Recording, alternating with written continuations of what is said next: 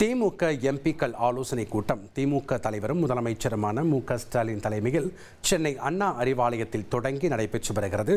இது குறித்த கூடுதல் தகவல்களை எமது செய்தியாளர் ரமேஷ் வழங்க நாம் கேட்கலாம். வணக்கம் ரமேஷ், இந்த திமுக எம்பிக்கள் ஆலோசனை கூட்டத்தோட முக்கியத்துவம் என்ன? இந்த கூட்டத்தில் யார் யாரெல்லாம் கலந்துருக்காங்க? எது தொடர்பாக விவாதிக்கப்படுகிறது? முழு விவரங்கள். திமுக தலைவரும் முதலமைச்சருமான மு.க.ஸ்டாலின் தலைமையில் திமுகவின் மக்களவை மற்றும் மாநிலங்களவை உறுப்பினர்கள் ஆலோசனை கூட்டம் திமுகவின் தலைமை அலுவலகமான அண்ணா அறிவாலயத்தில் நடைபெற்று வருகிறது. இந்த ஆலோசனை கூட்டத்தில் பல்வேறு முக்கியமான விஷயங்கள் குறித்து விவாதிக்க இருப்பதா தகவல் வெளியாகி இருக்கிறது.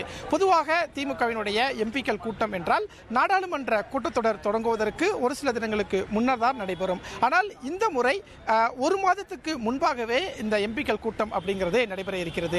நவம்பர் மாதம் தான் குளிர்கால கூட்டத்தொடர் நடைபெறும். அதற்கு இன்னும் 1.5 மாதங்கள் இருக்கக்கூடிய சூழல்ல முன்கூட்டியே திமுக எம்பிக்கள் கூட்டத்தை நடத்துவதற்கு காரணம் என்ன என்ற எதிர்பார்ப்பு தான் அரசியல் வட்டாரத்தில் எழுதியிருக்கிறது. திமுக வட்டாரத்தில் விசாரித்த போது 3 விஷயங்கள் குறித்து இன்றைய கூட்டத்தில் விவாதிக்கப்படும் அப்படிங்கிற தகவலை சொல்லியிருக்காங்க. ஒன்று, மத்திய அரசு கொடுக்க வேண்டிய நிதி விவகாரம்.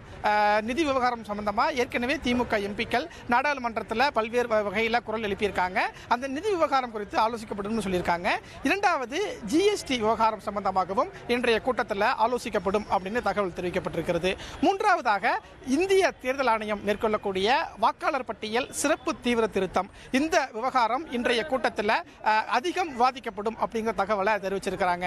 குறிப்பா பீகார் போன்ற மாநிலங்களில் இந்த வாக்காளர் சிறப்பு பட்டியல் தீவிர திருத்தத்தில் பல்வேறு முறைகேடுகள் நடந்திருக்கிறதா எதிர்க்கட்சிகள் குற்றம் சாட்டியிருக்கக்கூடிய சூழல்ல தமிழ்நாட்டிலும் அடுத்த மாதம் தேர்தல் ஆணையம் இந்த சிறப்பு தீவிர திருத்தத்தை மேற்கொள்ளலாம் அப்படிங்கிற ஒரு தகவல் கிடைக்கப்பட்டிருக்கிறதுனால திமுக எம்பிக்கள் இந்த சிறப்பு தீவிர திருத்தத்தை மிகவும் உன்னிப்பாக கவனிக்க வேண்டும் அப்படிங்கிற ஒரு அறிவுறுத்தல் உத்தரவு முதலமைச்சரிடமிருந்து திமுக எம்பிக்களுக்கு கொடுக்கப்படும் அப்படிங்கிற ஒரு தகவல் வெளியாகி இருக்கிறது.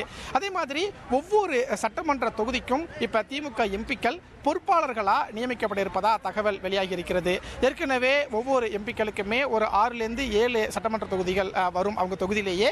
ஆனால் ஒரு 10 தொகுதி வரைக்கும் ஒரு எம்பிக்கு பொறுப்பாளராக அந்த தொகுதியை கொடுத்து இந்த பகுதிகளில் வாக்காளர் பட்டியல் சிறப்பு தீவிரம் நடக்கும்போது நீங்கள் மிகவும் உன்னிப்பாக கவனிக்க வேண்டும் அப்படிங்கிற ஒரு அறிவுறுத்தல் கொடுக்கப்பட இருப்பதா தகவல் வெளியாகி இருக்கிறது. அதே மாதிரி சட்டமன்ற தேர்தல் பணியும் இன்னும் ஒரு 6 மாசத்துல தேர்தல் வர இருக்கிறதுனால அந்த தேர்தல் பணிகளையுமே எம்பிக்கள் தொகுதிகளில் முழு வீச்சில் கண்காணிக்க வேண்டும் அப்படிங்கிற ஒரு அறிவுறுத்தல் கொடுக்கப்பட இருப்பதா தகவல் வெளியாகி இருக்கிறது.